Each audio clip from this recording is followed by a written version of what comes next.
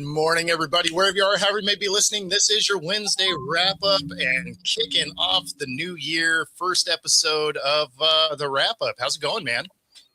I didn't even think it was the first of the year. I would have worn like a suit or something. So I feel a little underdressed. I apologize to everybody. But, man, happy to be here as always. Absolutely. And, of course, we got Wen in the house. What's happening, Wen? And your guy, Nick. What's up? What up, Nick? All right. So there's been a lot going on over the last week since our last show. And, of course, before we get into Black Monday where everybody got fired, we got to talk a little bit about Myles Garrett setting the all-time sack record. Now, obviously, some people are saying, oh, it took him an extra game to do it. He beats it by a half a sack. I guess they're going to gloss over the fact that he did it with 130 less snaps than Strahan. Of course. So, I mean, yep. You can make the extra game argument, but he played almost 2 games less snaps. So, right. I mean, right. It depends on how did you want to look at this. For sure. On a team that was always losing, so necessarily the winning team was not always passing as much either. So there's a difference. And if you really want to argue about something, go look at Strahan's last sack to set the record. That was not exactly, the stuff of legends. So Brett Favre just like laying down for him. Scrambling out and then laying down was like, hey, here I am. Here you go. Exactly. I mean, Burrow wasn't exactly trying to escape that sack either. Right. But he was at least in the pocket. I'll say that. He was kind of stepping up, but then he just sort of sat down. He didn't try and fight through it at all. He said, okay, I'm good. and then everybody just glosses over the fact that J.J. Watt tied Strahan's record. Yes. Like nobody even brings that up. About that. No, at all. At all. I honestly did not even realize it until they were like, he's going to break the record of both of these guys because I only have the Strahan sack in my mind. They only talk about Strahan. Yeah. So that's what's funny about it is everybody only talks about Strahan and just glosses over the fact that JJ tied that. And you're just like, JJ tied that without somebody just laying down. Right. So he needs a better PR agent. I think the thing that keeps JJ out of that conversation is he had more half sacks that got him there. Oh, okay. So there's a little bit of a numbers game based on that. But I don't know. I just always find that funny when it's like, oh yeah, Strahan's like, there's this other dude that was like a defensive player of the year and like Walter Payton man of the year and all. No, okay, right. No slouch. It wasn't like a one-hit wonder jumped up, got the sack record, and then retired, and you never heard from him. Right? Yeah, he's an actual pro. Don't worry about that. Right.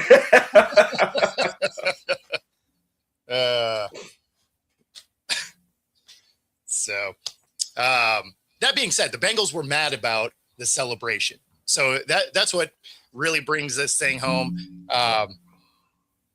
So everybody on the Bengals was mad about this. And it's funny because there was sort of a precedent for it.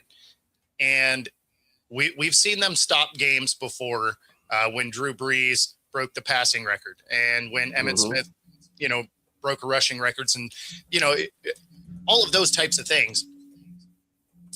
They've stopped the game.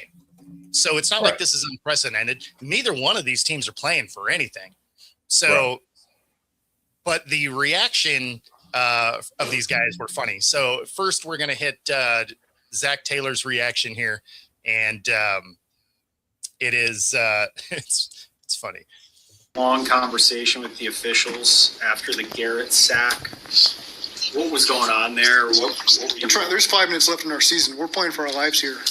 And I was never told. So let's pause right there for a second. Playing for our lives. So I get it if you think you're getting fired, I guess. Not that this win is. That's what I thought. At all. You're not playing for your lives. Your season's over in 5 minutes. Like you literally just said that you're not playing for anything. And now you're playing for your lives. Within 2 words, you're just like, what are you talking about? Yes. I absolutely think that has more to do with that. I absolutely think that had more to do with my coaching life than the playoff life. Because come on, man. Have you not been watching any of your games?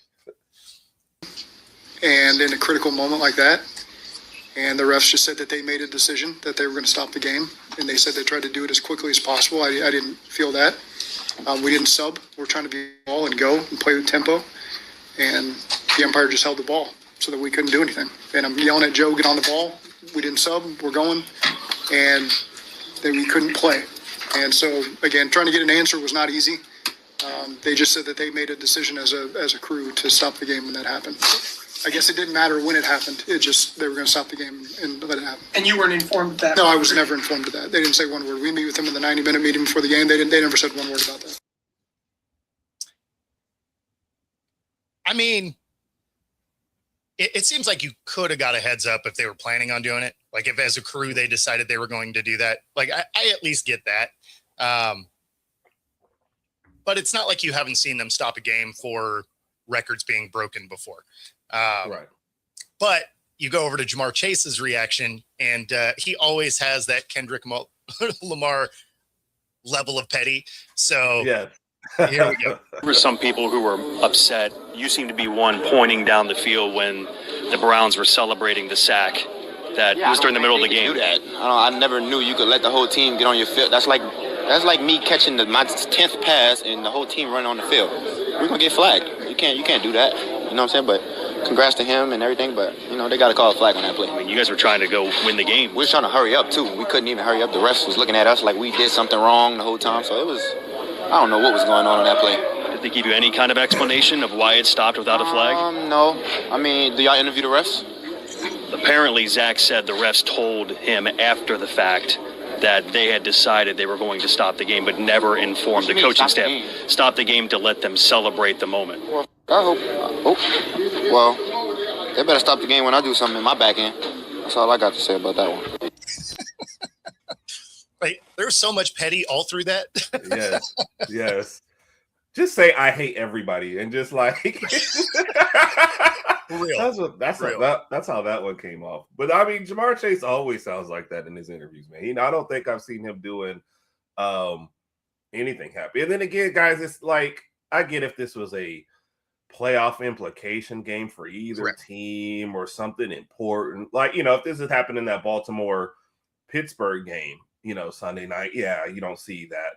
But you guys are doing absolutely nothing. The ref, you know what the ref said? It don't matter what we do in this game. If I decide to ref this game naked, nobody's going to say anything. For real. Nobody's watching. So, yes, we're going to stop it to celebrate this because it's the only thing. It's the only highlight people are going to watch from this game is this. Yeah. So, yes, give him his moment. Like, come on, guys. Play better through the rest of the season and maybe you're okay. But, no, let's not like, I wouldn't argue. I would be mad if this was a critical drive that decides whether or not you're getting in the playoffs.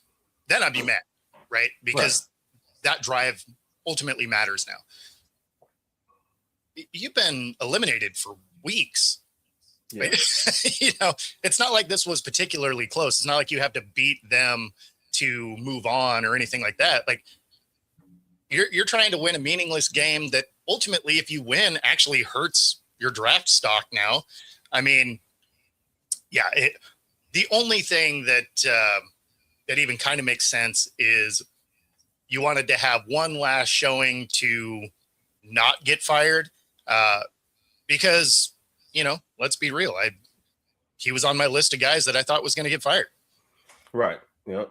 I just don't think anything would come to like if you're ownership, I just don't see you watching the last meaningless game of the year and thinking, hey, Zach, if you don't beat the Browns, you're fired. Like if you haven't seen the rest of the body of work and made a decision before then, I just don't feel like because I mean, come on, man. The players know that they've been eliminated. Half of them, you're not getting the maximum effort. Half of them are already making vacation plans. So there's not a lot you can go off on that last game.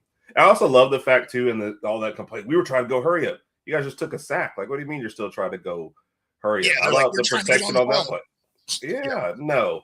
You know what would have prevented that? He sees that coming around the corner, get rid of the ball, throw it away, do whatever instead of laying down. Fight through that. Like, nobody's mad that Burrow laid down and took the sack, and then you guys are going to pop back up and go hurry up. Like, no.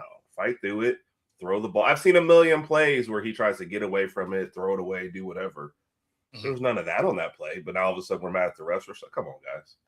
Well, and I mean, and if you don't want them to celebrate, Don't let him sack him. How about you protect your quarterback? Yeah. You know, Which, that by the guy way, that that you was get hurt every other year. yeah.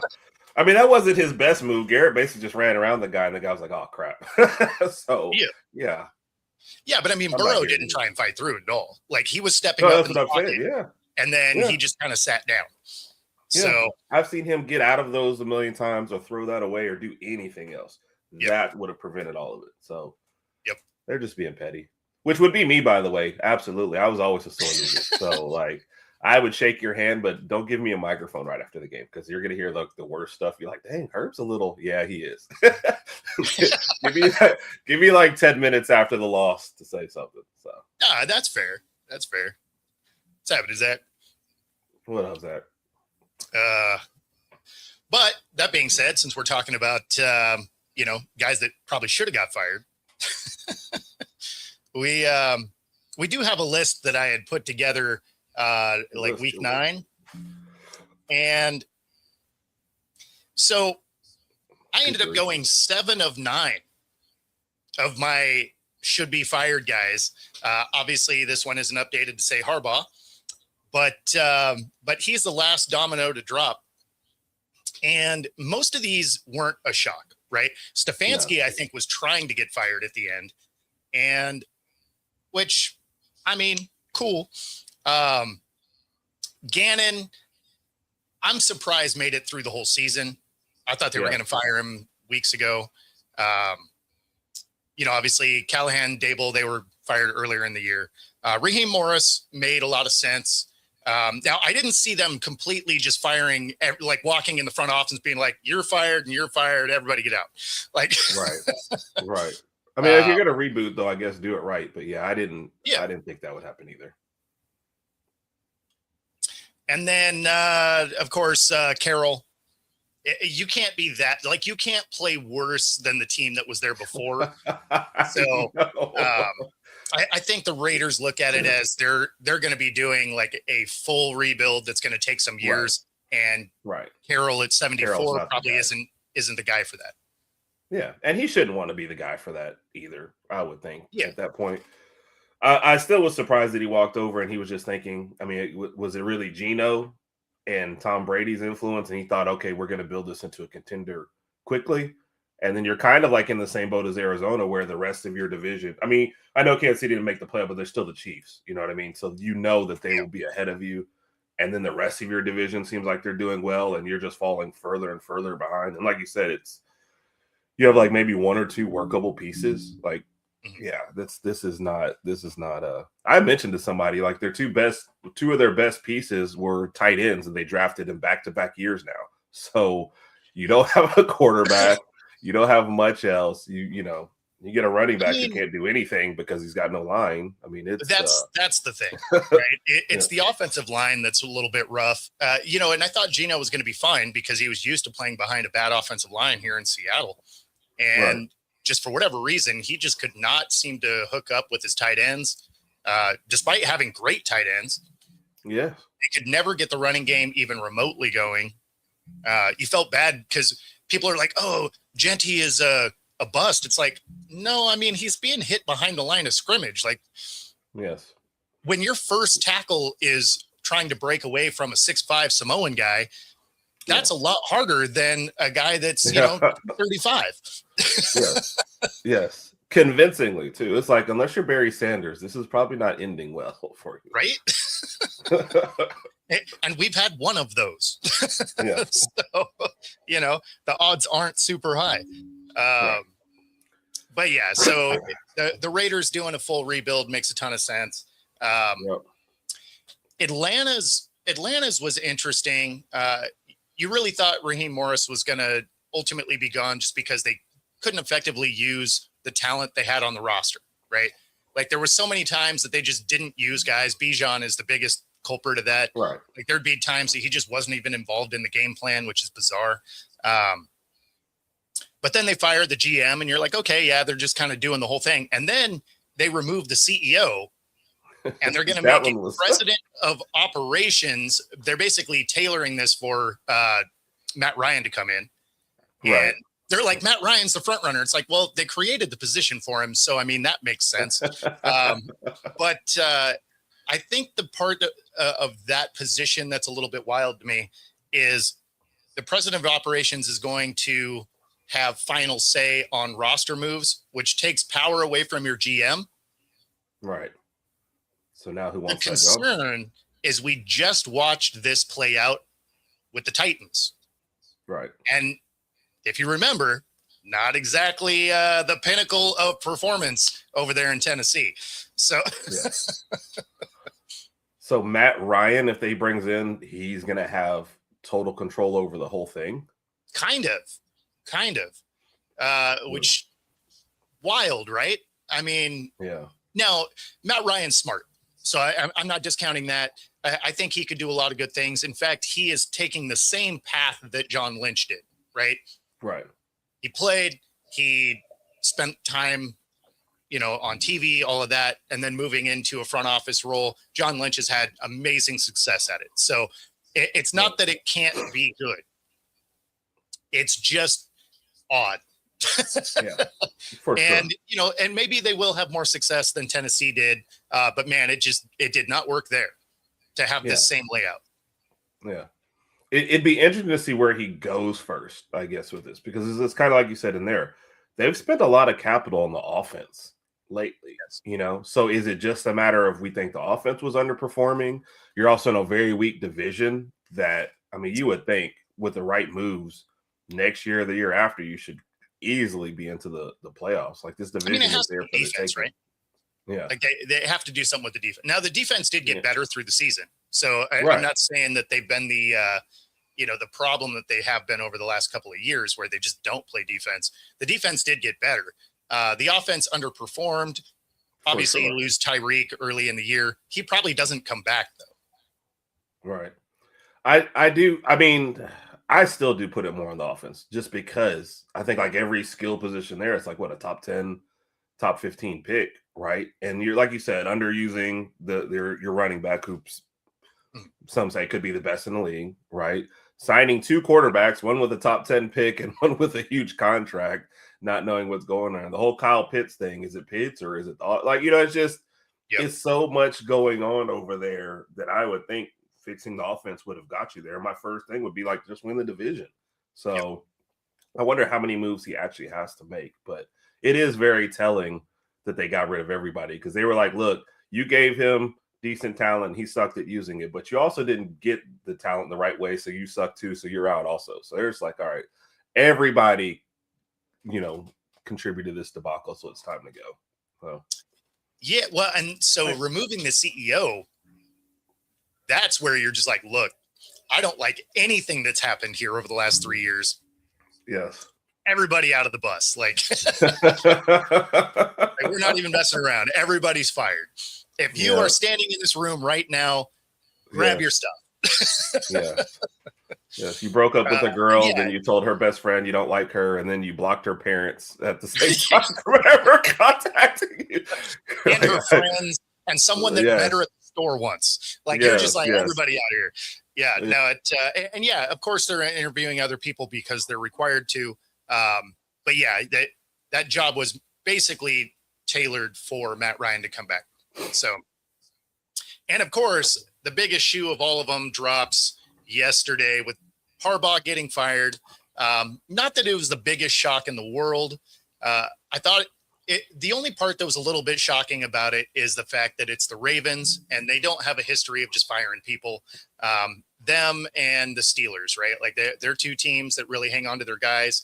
And Harbaugh was there, 18 years, 14 or 12 rather, trips to the playoffs, 4 AFC championship games and a Super Bowl.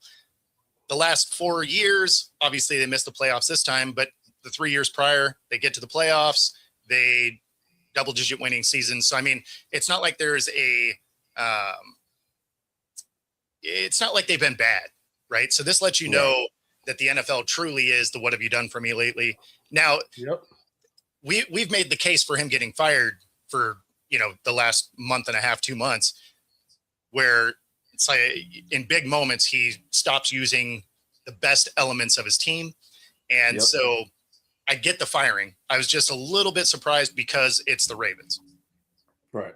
No, for sure. And I know this last game came down to a kick, but one of the things you'll still notice, Derrick Henry having a great game, 5 carries in the second half.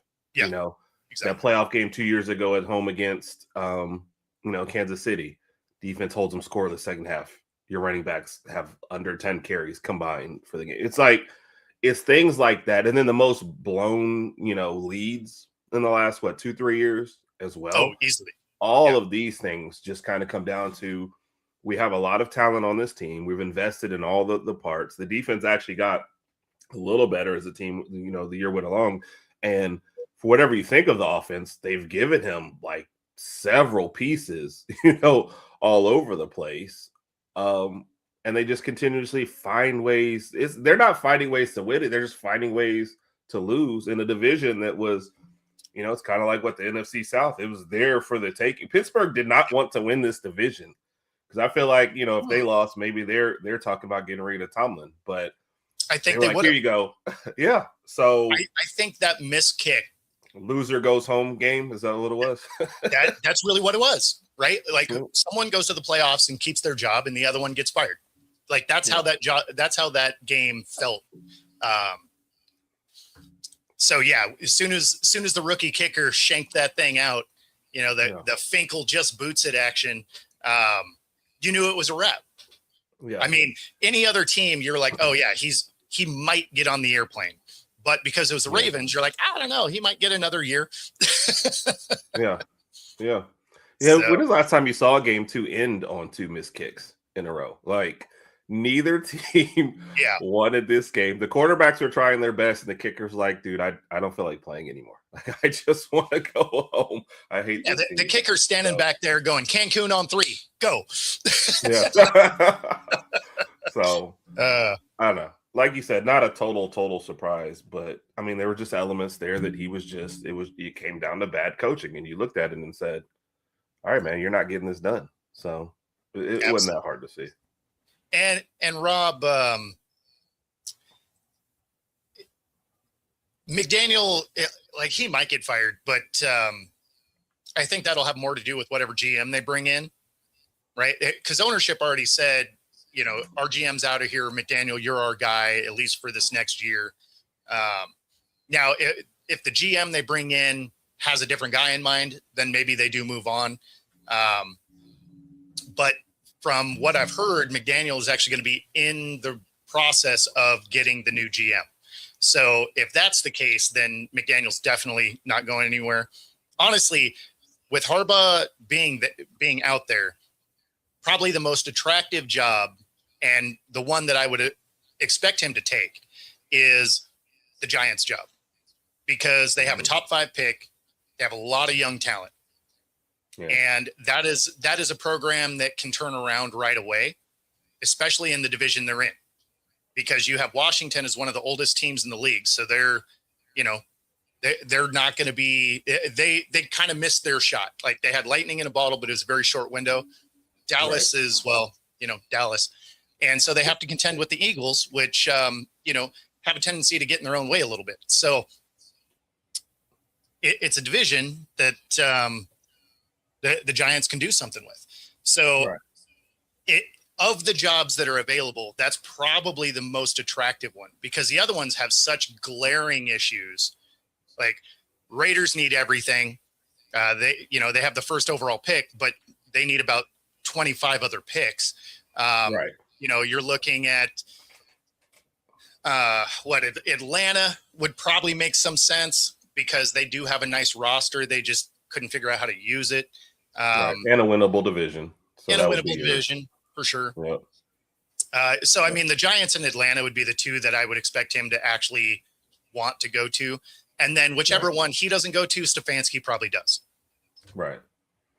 No, I think that's, because you look at even kind of the other ones, like Arizona, to me, what do I always say whenever we used to play that game on another show, who do I think is the most stable? If you already know who your quarterback is going forward, that's like the job you want to really kind of start with. Now, Atlanta's interesting because you think your quarterback is going forward because you did the top 10 pick, but at least you have more pieces. And like you said, with the Giants, I think I mean, I don't even know we're going to talk about it, but the Eagles, like I said, can't get out of their own way. Hey, we have a chance at the number 2 seed, but we'll just sit back here at the number 3 seed and just be fine and not try to win this game anyway. So I think they're gettable at any moment. So the Giants' job is way more attractive, I think, than people realize. And there was already a report out there that Harbaugh had been contacted in the first hour by 7 teams, and there was like there's 7 openings. So he's still a good coach. It was just I think sometimes you just get to that point where you're like, look, we need a new voice here. This has kind of run its course. You didn't necessarily lose, but you're not winning with what you have, so it's time to go. So I get it for sure. No, it's I would imagine every team that has an opening, and maybe even a couple that don't, right, made a phone call, right? Yeah. Like I bet there was some back channel phone calls from teams that didn't fire their coach yet. They're like, hey, what if, purely hypothetical, if we just shove some money at you, would you want to come out here? Now most of the teams in the playoffs are probably not the ones that did it, but there's definitely some other teams that are around that would kick the tires on that. Yeah, for sure. I see the last one. I wouldn't go to Cleveland. There's zero chance he goes to Cleveland. Yeah. So it's funny because there's been a couple of people that have mentioned this to me, and there's no way you go from one of the most stable franchises in the league to the most dysfunctional franchise in the league. Yeah. There's no way you do that. Why would you hurt your own legacy? Go somewhere where you actually have pieces to win. When you look at this Browns team, on paper, it's looked good for the entire time Stefanski was there, except the ownership kept playing around with who you had at quarterback. Yeah. And that was the biggest problem. If your quarterback situation isn't figured out. Yep. And that was it. Like I said, we used to play a game on here on another show, and it was like you had to slot all these teams into future stuff. And I always gave the team that had their quarterback situation figured out like the best slot in the game. And with Cleveland, Harbaugh would go to a place where it's being dictated to him that you have to kind of play your 5th rounder over your 3rd rounder, and almost just wait. Like nobody wants to go there for sure. So at least that's how I think. And I think, like you were kind of saying, Stefanski probably wanted out. It's like everybody wanted the Shedeur situation, but the right thing for the organization is to find out what you have with your 3rd round draft pick. But he wasn't going to be allowed to do that. So it's, and then you look over it, he's like, all right, which one of you 2 drafted it? And the guys who drafted him like, well, it wasn't me. So he's like, yeah, I'm not going to Cleveland. So I would. Well, and it's funny because, they were forcing him to run Shedeur out there. And whether you're a Shedeur fan or you're not, or what, it's irrelevant. When you look at the numbers, they played about the same amount of games. Shedeur ended up with a couple more wins, but he threw 7 touchdowns. Gabriel threw 7 touchdowns. Shedeur threw 10 picks, which would have, had he played a whole season, he would have set the interception record for the year. Gabriel ended up with like 3. QBRs were similar. So it's not like Shedeur was out there just tearing the roof off, right? Like he didn't play particularly well. In fact, the only times he played well was against teams that are in the conversation for the number 1 overall pick at the time. Right. Soon as he played teams with actual defenses, he threw to the other team a lot. So, and sorry, I'm putting facts out there and that makes me a hater or whatever, but you're definitely going to get us in trouble for that. You're not allowed to talk about Shedeur. Why ruin a good story with facts? So, but yeah, no, it's just not an attractive job. I mean, because at this point there's so many coaches in, there's so many GMs, like there's so many other pieces, players, everything. And the Browns have been the Browns the whole time. For a long time. So if you are Harbaugh, there's no way you want that. Now, part of what he got fired for, we have Rappaport, his report on it. And if this is true, then the firing makes all the sense in the world. dramatic decision did not come about in the matter of minutes, Tom. It really was the product of several conversations between Eric DeCosta, the general manager, between John Harbaugh himself, between players soliciting plenty of opinions from players, from coaches. And yes, it did seem like John Harbaugh himself, to my understanding, was surprised, felt he was in good standing, wanted to run it back with his current staff, including the offensive coordinator Todd Monken, including defensive coordinator Zach Orr, planned to be with the Ravens for years to come until he was informed that he is out. Now, as far as why John Harbaugh is out, among the reasons, it is not just they didn't go far enough in the playoffs. My understanding, after talking to several sources involved, is that simply Harbaugh lost the locker room. If you lost the locker, like if you lost the players, then yeah. Then that's you know, it. Yeah. Then you got to go. See, there we go.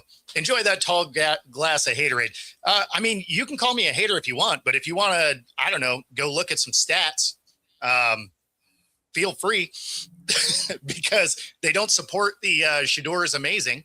I'm not saying he's terrible. I'm just saying he wasn't Stefanski's guy, and he didn't outplay Gabriel. He was just forced to play Shedeur. So, yeah. I mean, like if he came out there and balled out, awesome. Yeah. And we would say it on the show. So. But yeah, that's one reason why I hate discussing. Yeah, well, that's one reason why I hate discussing Shedeur, because if you said, "Hey, Shedeur didn't have a good game," all of a sudden you're a hater, and that's like been consistent. So, oh, gotcha.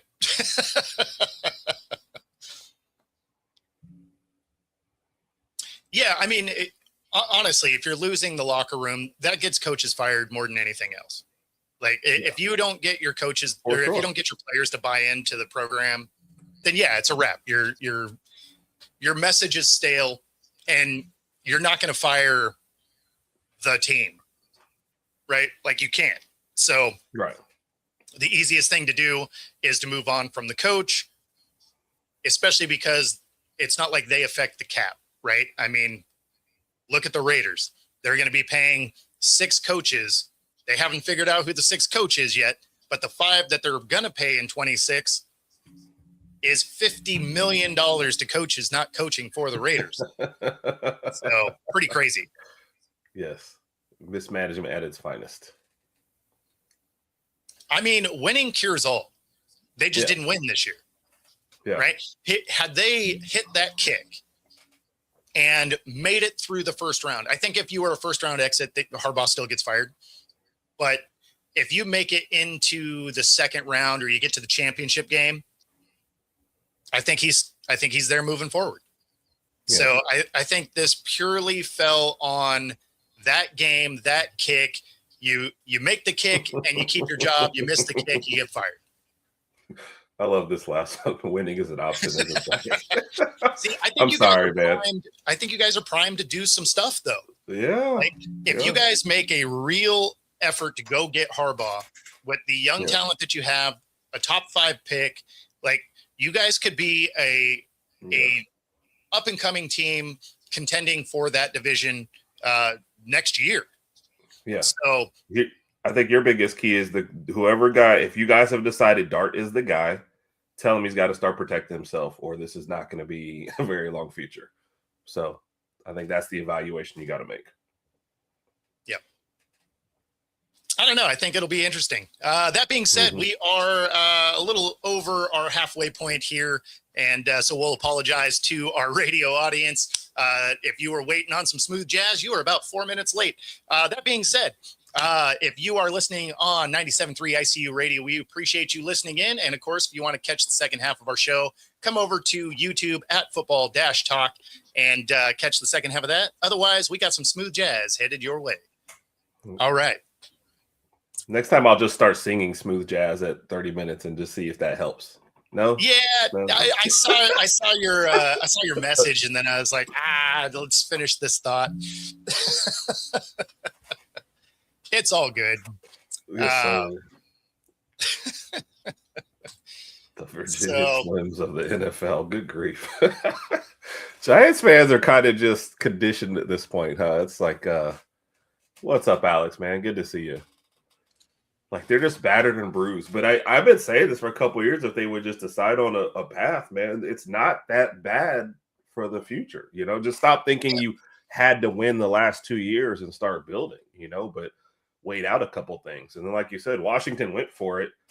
And now that looks like a bad decision because, like you said, you got really, really old really quickly, and now you're not even sure if you've got, who what's going to go on with your quarterback. Golly, I just fell down the stairs a few times. I'm sorry, man. I did just watch Staircase. Yeah, no, I mean, if you're a Giants fan, you have to be encouraged moving forward if they get the coach right. Now, if they somehow mess this up, like I feel like if you end up with Harbaugh or Stefanski, because the Browns weren't bad because of Stefanski. Like, let's just put that out there. He didn't want the Deshaun trade either. Like he had parts of his stuff dictated to him, and it was the most important parts of his roster, right? Right. And so there's no way he's as bad of a coach as it looked like with the Browns. And you could tell at the end, he just wanted to be fired. Like, right. It's the only scenario where I have to imagine he let out a sigh of relief when he got the phone call that said you're fired. He's like, oh, darn.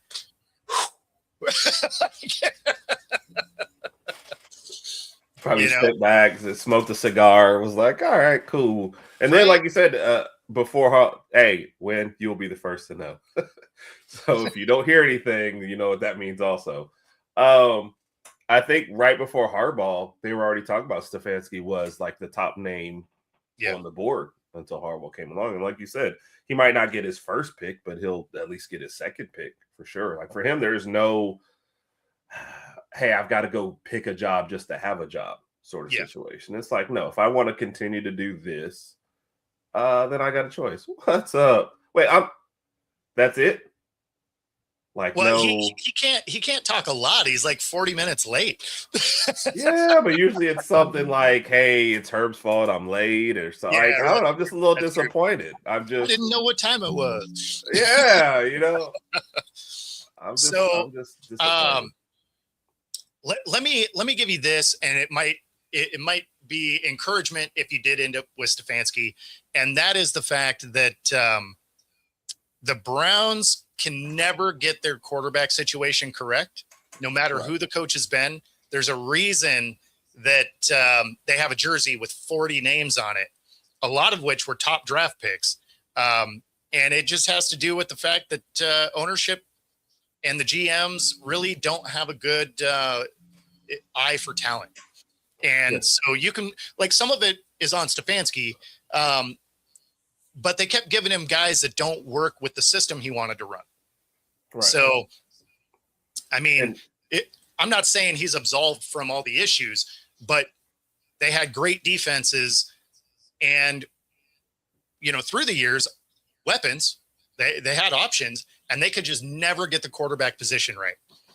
Yeah, no, repeatedly. And like I said, we've talked at length about this one, but you even said it when they drafted Gabriel. Hey, he fits the system of what they want to do. Yep. And then they torpedoed him by getting somebody more high profile after him. So now he's in limbo. And, it's one of those, you could see him out of a job in Cleveland in a couple of years. And does he fit anywhere else, because of size or because of the Cleveland stink on him? No one will know. But they just make bad decisions over and over. So that's why it's hard for me to say, was it really Stefanski, or they gave him a world-class defense and nothing to figure out on offense year after year. So. Well, I mean, and everybody, talks about Gabriel struggling also. You're like, okay, he did, but he also didn't start the season either. Flacco did. Right. Like everybody just forgets about that for whatever reason. And you're just like, okay, well, they're like, oh, but Shedeur didn't get first team reps. Gabriel didn't get a lot of first team reps while Flacco was playing either. And then, but they're like, but he didn't get any reps when, Gabriel started. Well, of course, because you have a rookie quarterback that needs as many snaps as possible because he didn't get a lot of them prior. So, I mean, the arguments have been hilarious. But exactly, Gabriel Stefanski's guy. Sanders was forced on him. And you could tell at the end, he just wanted to be out of the situation. So that worked up. Yep. Yeah, backups don't get first team reps. Like, I don't know why this is a shock. Like, this is true across the entire league. So but no, I mean, if you were to get Stefanski, I think you'll be pleasantly surprised. He's a good coach. He just happened to be in a ridiculous location. And yeah, Tomlin probably doesn't get fired. He had just signed his 3-year extension last year. So, I mean, yeah, I feel like they're about to lose again in the first round. And they are kind of, and I'm a Tomlin guy. I like Tomlin. I just feel like you're at a point where has this run its course?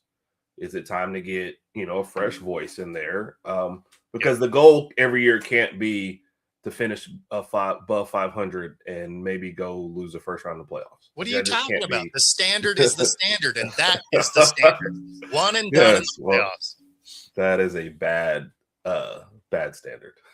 And no, Aspen's just asleep. She's right here, but she's asleep.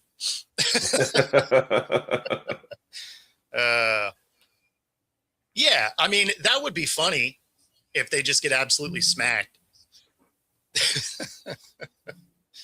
So, and of course, we do want to talk a little bit about that. We have the wild card round coming up this weekend. And there are some teams that are about to get smacked, in the first round. I would imagine the Rams will want to exact some revenge on the Panthers from that game earlier this year. The Texans are probably about to beat the brakes off the Steelers.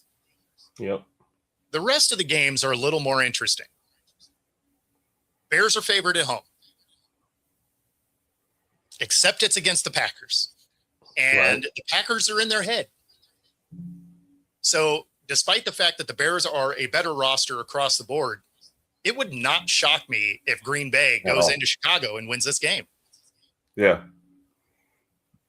It's an interesting one when that happens, right? When it's even just beyond matchup, like, this player versus player. And it's just like, yeah, this team just owns you, especially this time of year. And they don't care. You wonder, does the Parsons loss come back in this, or does it even matter at this point? Can they just trot out anybody and still win this game? So, and in Chicago, honestly, ready for this success. When you've been down that long, sometimes that first playoff game, there's like a little, we made it.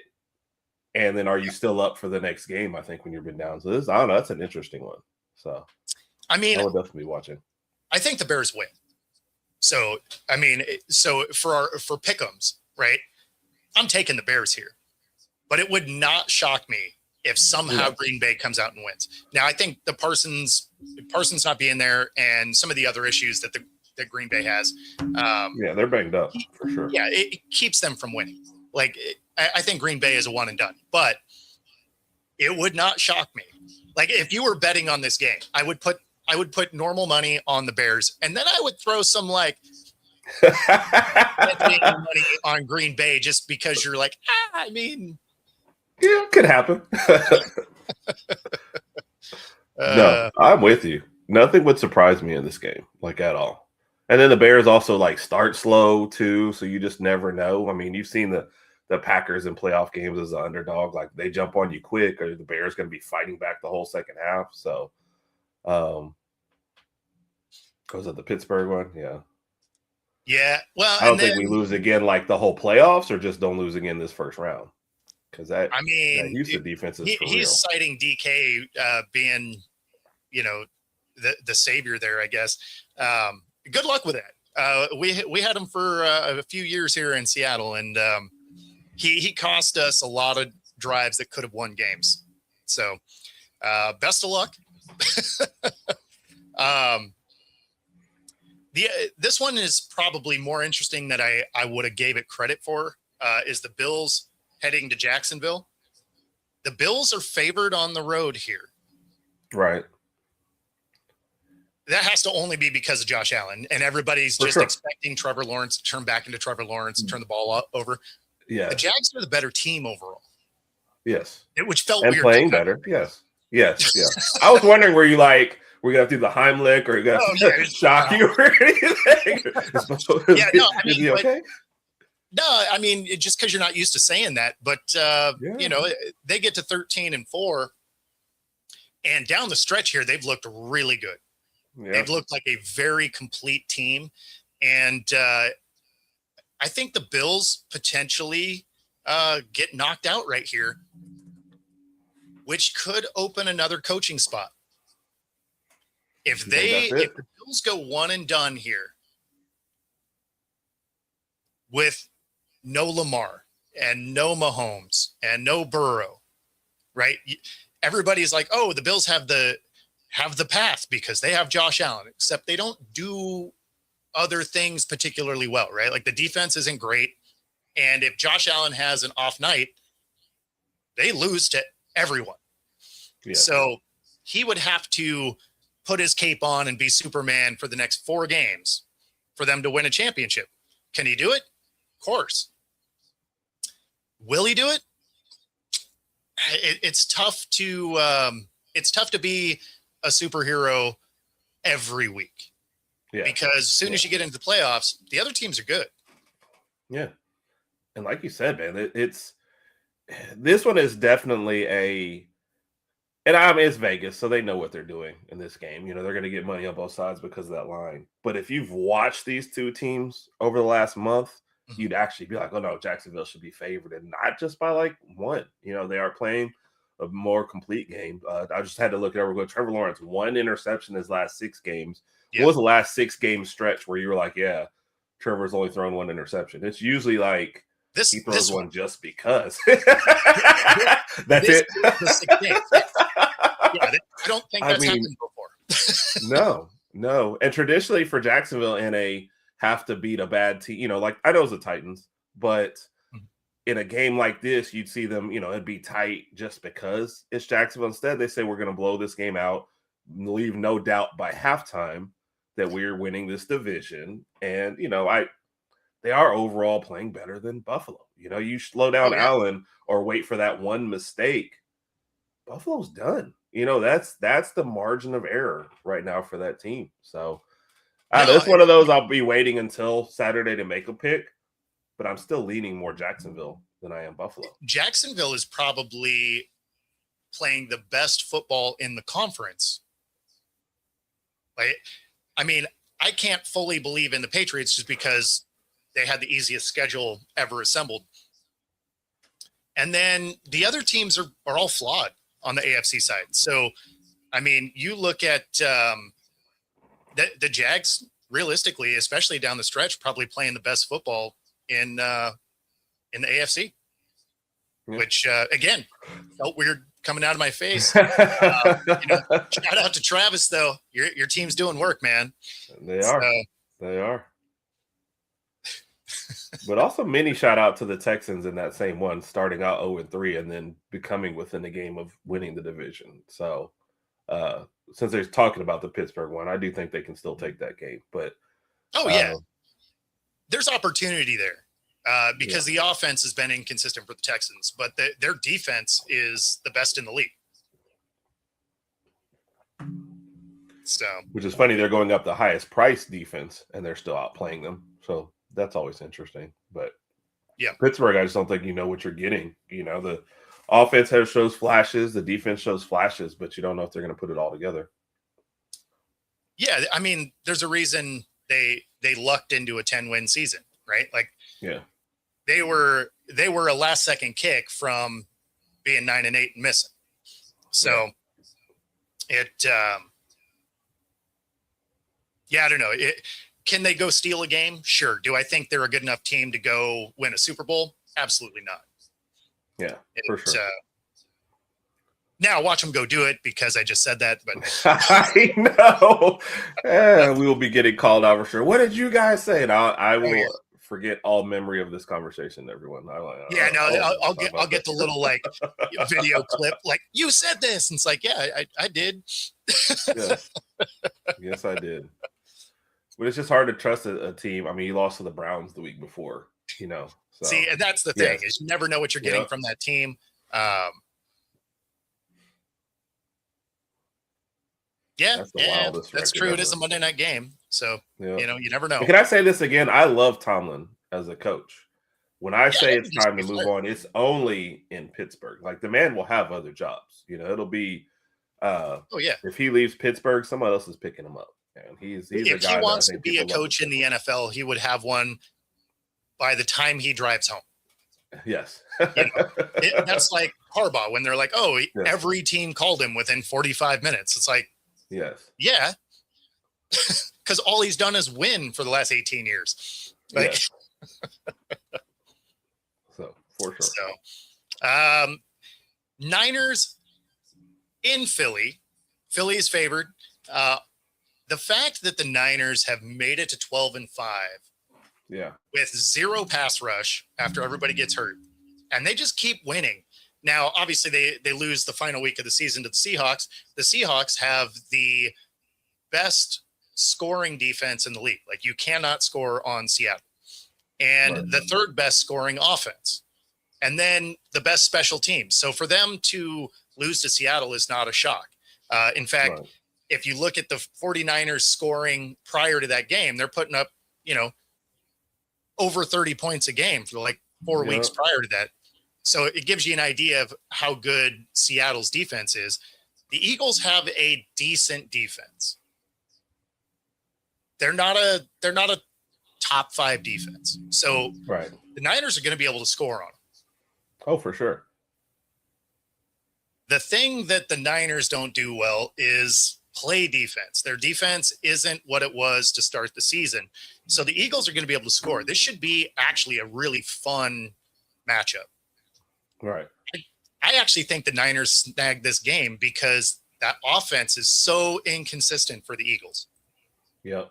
And that was going to be my biggest point in this game. The Eagles defense, I think, plays well at times, but they go through stretches when they're like, if you are watching the game, you go get a drink, the Eagles defense is on the field the entire time. You're like, didn't they just get a 3 and out? Yeah. But then the Eagles offense went hurry up, 3 passes, 3 and out, and went right back. And they're like, did Saquon quit or something? Like, no, they just decided 3 passes on the next drive.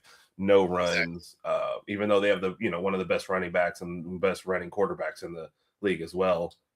Just for running purposes. I'm not calling Jalen Hurts a running quarterback. I'm just telling you, hey, when they want to run the ball, they've got 2 great runners back there. And instead they passed it 3 times, took 37 seconds off the clock, and the defense is back out there. So and Purdy's been balling out. I was just looking at what you're saying about the San Francisco offense. I think in the last like 8 or 9 games, they had 2 games where they didn't hit 30. One was against the Browns and one was against the Panthers of all teams. So 26 and 20 points in those 2 games. Other than that, it's like 30s and 40s. Purdy has been one of those underrated, like any other year you might be talking about. The injuries, of course, slow down that, but you might have him in the MVP conversation if it was, kind of any different. So, no, the offense is still playing well. They've got playmakers on there, and defense is doing enough. I mean, Salah is doing a great job for the pieces he's been losing to still have that unit playing the way it is. So I root for the Eagles, so it's tough for me to pick against them, but it's another one of yours.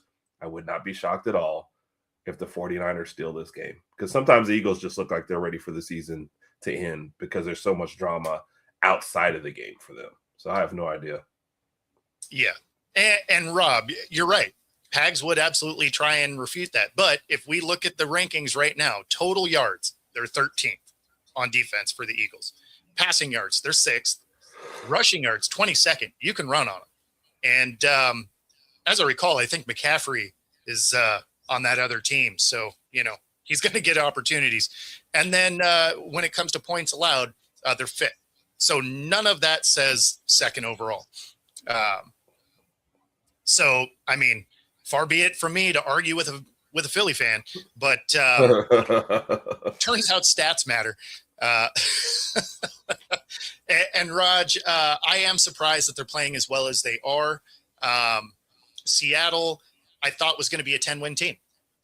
Before the season, that's where I thought they would be, just because there were so many moving pieces when it comes to the offense, right? Like it was a whole new offense coming together for this season. So for it to gel the way that it has been impressive. I knew the defense was going to take a step forward because they had mostly played together the year prior. But the fact that this offense came in and just really clicked, and then Shaheed coming in and being such a huge impact on special teams, obviously I didn't see that. Yeah. Can I also say this about Seattle? It's not like they did it in a terrible division and had a good year either. Exactly. They did it in the best division in football, where they're 14-3 and still didn't win. Enrique, always good to see you, man. Appreciate you. They did that in a year where they went 14-3 and still had to win on the last game of the year, just to win the division. That's kind of ridiculous too, as well. So, and against a team that you thought, would be third easily. So with the Rams falling in the last game. So no, it's an accomplishment already, but when you look at how good the division is and winning it and getting the number 1 seed, that's even better for them. So definitely kudos to them. Absolutely. No, I mean, I think at the end of the day, your representative from the NFC comes from the West. Yeah, I think so. I don't see that's what I was kind of looking at. Yeah, I don't see any other NFC team that I really believe is that team. When you look except at for the Panthers, right? Yeah, the Panthers are killing it. They did play well down the stretch, though. I will give them that. Yeah, I like the Panthers. I like and the defense. The defense is their best element. Yeah, so. Defense and leaning on the running game really is kind of what they're trying to do. Shorten every game.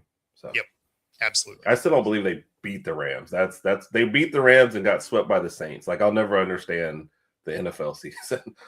Oh, they lose to the Rams. Like there's no. I'm saying they beat the Rams in the regular season and then they lose. They get swept by the Saints and then they have to watch Atlanta beat the Saints to make the playoffs. So yeah, the Panthers are one and done for sure. But kudos to them for at least taking a step forward.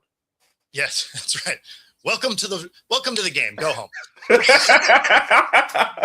And a home game at that. So reap the benefits of that. And that's right. Don't even have to travel. You can just stay home. Yeah. You guys can take a bite. That being said, that does get us to the top of the hour. We appreciate all of you being in the comments and, of course, watching. Be sure to like and subscribe. Helps us bring our stuff to you. Otherwise, we are going to get out of here. If you're on my channel, stay tuned. Coming up here in the next 2 minutes is Coast to Coast and our second installment of a morning show. Other than that, take it easy, everybody.